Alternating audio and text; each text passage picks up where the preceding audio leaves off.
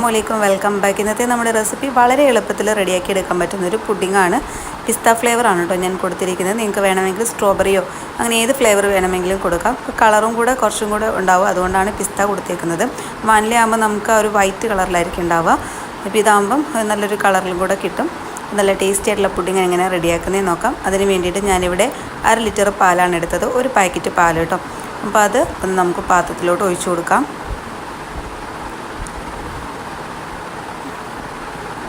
എന്നിട്ട് നമുക്ക് ഹൈ ഫ്ലെയിമിൽ തന്നെ വെച്ചിട്ട് പാലൊന്ന് ചൂടാക്കി എടുക്കാം. അപ്പോൾ ഇടയ്ക്കൊന്ന് ഇളക്കി കൊടുത്താൽ മതി. ചില പാല് പെട്ടെന്ന് അടുക്കി പിടിക്കാൻ ചാൻസ് ഉണ്ടാവുകൊണ്ട് കരിഞ്ഞു പോകാതെയൊക്കെ ശ്രദ്ധിക്കണം. നിങ്ങൾ കൂടെ തന്നെ നിന്നാൽ മതി, കുഴപ്പമൊന്നുമില്ല. ഇളക്കിക്കൊണ്ടേ ഇരിക്കാം. എന്നിട്ട് നമുക്കിതിനകത്തോട്ട് വേണ്ടത് സേമിയയും റവയൊക്കെയാണ് കേട്ടോ നമ്മൾ ചേർക്കുന്നത്. അപ്പോൾ റവ മാത്രം ചേർത്ത് കഴിഞ്ഞാൽ അത്ര അങ്ങോട്ട് ടേസ്റ്റി ആയിട്ട് തോന്നിയിട്ടില്ല.